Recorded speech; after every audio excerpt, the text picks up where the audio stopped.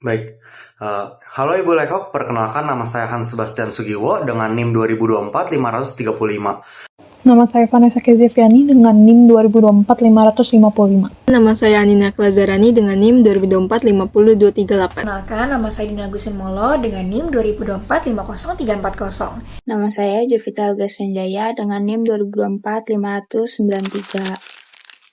Hari ini saya akan membahas PSAK 16, khususnya bagian aset tetap. Nah, pertama kita akan membahas mengenai definisi dan karakteristik dari aset tetap. Nah, si aset tetap ini memiliki 3 karakteristik utama. Yang pertama itu aset berwujud, di mana dia dimiliki untuk digunakan dalam produksi, penyediaan barang atau jasa, direntalkan atau tujuan administratif. Dan yang kedua, untuk aset tetap ini, dia adalah aset jangka panjang. Jadi diperkirakan aset ini dapat digunakan untuk jangka waktu lebih dari 1 periode atau lebih dari 1 tahun. Lalu untuk yang ketiga, ruang lingkupnya berlaku untuk semua aset tetap, kecuali yang diatur khusus oleh PSAK lain, seperti aset yang dimiliki untuk dijual atau aset biologis agrikultur. Nah, kita lanjut ke bagian selanjutnya, yaitu prinsip pengakuan utama. Biaya perolehan diakui sebagai aset jika dan hanya jika yang pertama, manfaat ekonomis. Kemungkinan dengan memiliki aset ini, entitas atau perusahaan akan mendapatkan manfaat ekonomis di masa depan dari aset tersebut. Dan yang kedua adalah keterukuran, di mana biaya perolehan dari fixed aset tersebut dapat diukur secara andal. Lalu ketiga, suku cadang utama. Suku cadang dan peralatan pemeliharaan diakui sebagai aset tetap jika memenuhi kriteria di atas. Jika tidak, maka akuntan akan mencatatnya sebagai persediaan atau supplies. Oke, selanjutnya kita akan membahas mengenai suku cadang dan peralatan. Di sini klasifikasi itu dibagi menjadi 2, yaitu klasifikasi aset tetap dan klasifikasi sebagai persediaan. Nah, kalau diklasifikasikan sebagai aset tetap, suku cadang, peralatan siap pakai, dan peralatan pemeliharaan diakui sebagai aset tetap jika dia memenuhi sebagai definisi dari aset tetap. Dan akan diklasifikasikan sebagai persediaan jika tidak memenuhi kriteria tersebut. Maka item-item ini akan diklasifikasikan sebagai persediaan atau supply. Lalu selanjutnya PSAK 16 ini membahas mengenai biaya selanjutnya atau subsequent cost atau perawatan rutin. Nah, di sini saya akan membahas mengenai biaya perawatan rutin. Nah, kalau biaya perawatan sehari-hari, entitas itu tidak mengakui biaya perawatan rutin sebagai bagian dari aset, tapi diakui sebagai beban, di mana biaya ini diakui dalam laba rugi atau khususnya bagian beban saat terjadi. Nah, contohnya di sini ada biaya tenaga kerja, bahan habis pakai, dan suku cadang kecil. Maka, ini akan dicatat sebagai perbaikan dan pemeliharaan atau maintenance and repair expense. Nah, selanjutnya PSAK 16 ini akan membahas mengenai biaya selanjutnya, khususnya bagian penggantian komponen dan inspeksi.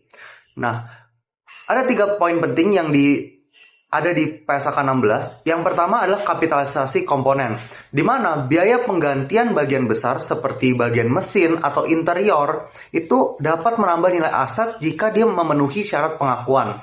Dan yang kedua itu inspeksi yang signifikan. Biaya inspeksi yang besar yang wajib dilakukan agar aset tetap itu bisa tetap beroperasi, kita bisa akui sebagai penambah nilai aset. Dan yang ketiga, ada syarat penghapusan. Jika biaya baru masuk kapitalisasi, maka nilai sisa dari komponen lama yang diganti wajib dihapus dari pembukuan. Selanjutnya kita masuk ke pengukuran saat pengakuan awal. Jadi di pengukuran saat pengakuan awal itu ada biaya perolehan yang meliputi harga beli aset, biaya langsung, dan estimasi biaya pembongkaran dan restorasi. Jadi di harga beli aset ini kita ada kayak seperti biaya impor dan pajak yang dikreditkan, terus pengurangan dari diskon atau potongan pembelian. Terus untuk yang biaya langsung itu ada kayak persiapan lahan, instalasi, perakitan, dan lain-lain. Untuk estimasi biaya pembongkaran dan restorasinya, itu kayak biaya yang timbul akibat kewajiban membongkar aset atau memulihkan lokasi di masa depan. Nah, selanjutnya kayak biaya apa saja sih yang tidak termasuk perolehan? Jadi kita tuh ada meliputi biaya pembukaan fasilitas baru, terus ada biaya promosi dan iklan produk baru, terus ada biaya pelatihan karyawan, terus ada biaya administrasi dan biaya umum, dan selanjutnya kita ada kayak biaya operasional awal sebelum aset mencapai kapasitas normalnya. Selanjutnya kita memasuki pengukuran setelah pengakuan. Jadi di pengukuran setelah pengakuan ini ada dua model. Ya, yang pertama itu ada model biaya. Jadi di model biaya ini karakteristiknya lebih ke paling sering digunakan oleh perusahaan, terus kayak lebih sederhana dan stabil, dan tidak mencerminkan perubahan nilai pasarnya. Terus kelebihannya apa sih? Jadi kayak model biaya ini tuh mudah diterapkan. Terus yang kedua itu tidak memerlukan penilaian ulang secara berkala. Dan kekurangannya itu ada nilai asetnya itu tidak bisa dicerminkan dengan fair value saat ini gitu. Terus selanjutnya kita masuk ke model revaluasi setelah model biaya. Jadi kayak model revaluasi itu ketentuannya apa sih? Untuk ketentuannya itu nilai wajarnya harus dapat diukur secara andal, terus revaluasinya itu dapat dilakukan secara reguler. Dan untuk selisih revaluasinya itu seperti kayak kenaikan itu didapat dari kayak dicatat dalam ekuitas sebagai surplus revaluasi, terus untuk penurunannya itu diakui sebagai beban. Terus untuk kelebihan dan kekurangan dari model revaluasi ini apa sih? Jadi untuk kelebihan revaluasi ini ada kayak nilai asetnya itu lebih mencerminkan kondisi pasarnya, terus laporan keuangannya itu lebih relevan, dan untuk kekurangannya membutuhkan biaya penilaian yang lebih. Terus untuk yang terakhir itu lebih kompleks dalam pencatatannya. Oke, selanjutnya saya akan membahas terkait dengan depresiasi atau penyusutan, yang dimana penyusutan itu adalah proses mengalokasikan biaya perolehan aset tetap sebagai beban selama umur manfaat aset tersebut, yang dimana setiap bagian dari aset tetap yang memiliki biaya perolehan cukup signifikan terhadap total biaya perolehan seluruh aset tetap itu disusukan secara terpisah, seperti halnya rangka pesawat dengan mesin pesawat. Keduanya akan disusutkan secara terpisah. Selanjutnya, beban penyusutan untuk setiap periode itu diakui dalam laba rugi kecuali ketika manfaat ekonomi masa depan dari suatu aset itu menghasilkan dan dimasukkan ke dalam biaya perolehan aset lain dan dimasukkan dalam jumlah tercatatnya. Contohnya yaitu penyusutan pabrik dan peralatan yang dimasukkan dalam biaya konversi persediaan, atau penyusutan aset tetap untuk aktivitas pengembangan yang mungkin termasuk dalam biaya perolehan aset tak berwujud yang diakui sesuai dengan PSAK 19 terkait dengan aset tak berwujud. Selanjutnya untuk jumlah tersusutkan dan periode penyusutan. Jadi jumlah tersusutkan dari suatu aset itu dialokasikan secara sistematis sepanjang umur manfaatnya. Nah, nilai residu dan umur manfaat dari suatu aset itu ditelaah sekurang-kurangnya setiap akhir tahun buku. Dan ketika terdapat perbedaan dengan estimasi sebelumnya, perbedaan tersebut dicatat sebagai dengan estimasi akuntansi sesuai dengan PSAK 25. Nah, penyusutan suatu aset itu dimulai ketika aset itu benar-benar siap digunakan, yaitu ketika aset berada pada lokasi dan kondisi yang diperlukan supaya aset itu siap digunakan sesuai dengan intensi manajemen. Dan penyusutan aset dihentikan lebih awal ketika aset tersebut diklasifikasikan sebagai aset yang dimiliki untuk dijual. Untuk selanjutnya itu metode penyusutan. Jadi metode penyusutan ini mencerminkan pola pemakaian manfaat ekonomi masa depan aset yang diharapkan oleh entitas dan harus ditelaah paling sedikit setiap akhir tahun buku. Nah, untuk jenis-jenis metode penyusutan itu seperti yang sudah kita ketahui ada 3. Yang pertama ada metode penyusutan garis lurus, yang dimana metode ini akan menghasilkan pembebanan yang tetap sama selama umur manfaat aset jika nilai residunya tidak berubah. Yang dimana angka dari metode penyusutan garis lurus ini dapat kita dapatkan dengan menghitung cost dikurang dengan residual value dibagi dengan useful life. Lalu yang kedua ada metode saldo menurun, yang dimana akan menghasilkan pembebanan yang menurun selama umur manfaat aset.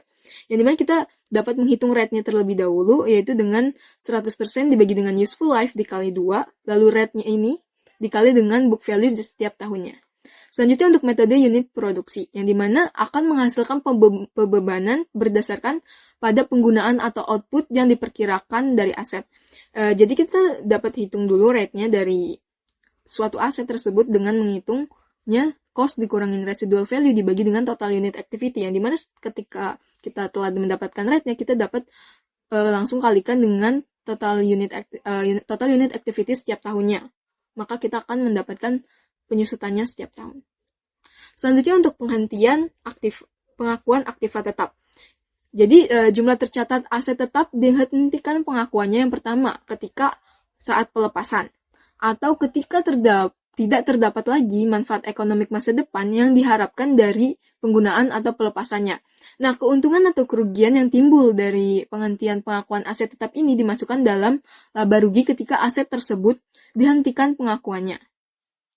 Nah, pelepasan aset tetap ini dapat dilakukan dengan berbagai cara. Contohnya bisa dengan dijual, disewakan, atau disumbangkan.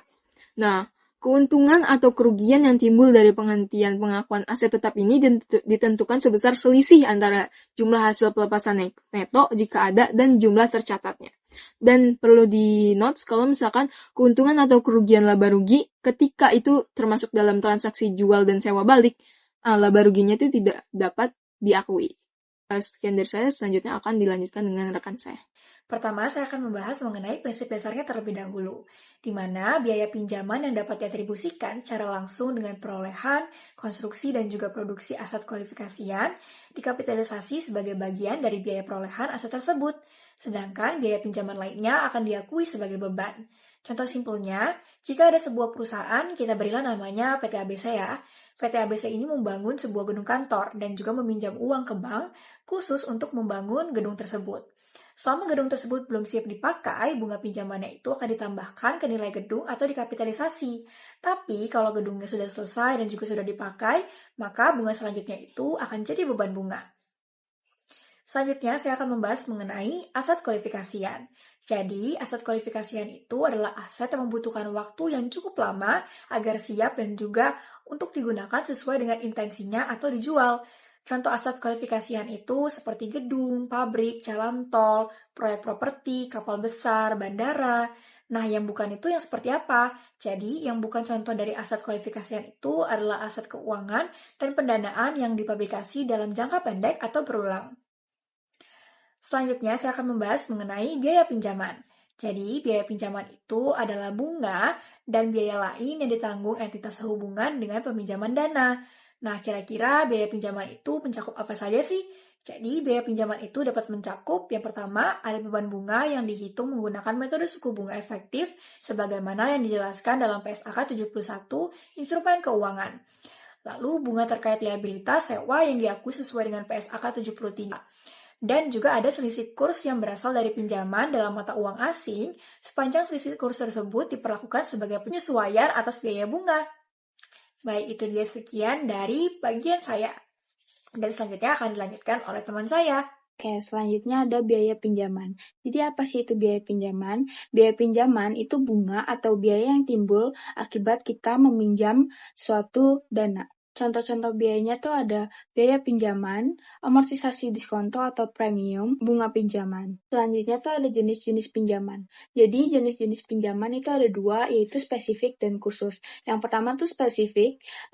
Pinjaman spesifik adalah pinjaman yang berasal dari pinjaman yang secara khusus diperoleh untuk membiayai suatu aset yang dikualifikasikan tertentu. Yang artinya, pinjaman sejak awal itu udah diniatkan untuk tujuan yang jelas. Sedangkan pinjaman umum, pinjaman yang tidak secara khusus digunakan untuk satu aset tertentu. Pinjaman umum ini bisa digunakan untuk berbagai hal, contohnya kayak operasional, investasi, dan membiayai aset kualifikasi. Selanjutnya itu ada periode kapitalisasi menurut PSAK. Yang pertama itu ada permulaan kapitalisasi, yang berarti kapan nih perusahaan boleh mengkapitalisasi biaya pinjaman ke dalam nilai aset. Ini tuh penting karena jika kita sebagai perusahaan salah waktu akan langsung berdampak pada nilai aset dan labanya. Dalam PSAK 26 ini tidak memperbolehkan kapitalisasi secara bebas.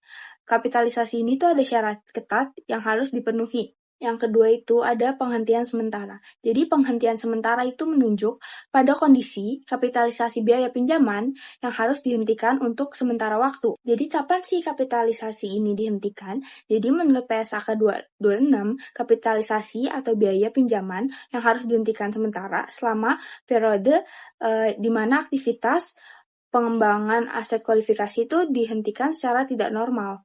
Artinya di mana jika proyek itu benar-benar berhenti dan tidak ada lagi aktivitas signifikan untuk menyampaikan aset agar digunakan atau dijual, maka biaya pinjaman itu tidak boleh dikualifikasi dan harus dibebankan ke laba rugi selama masa penghentian tersebut.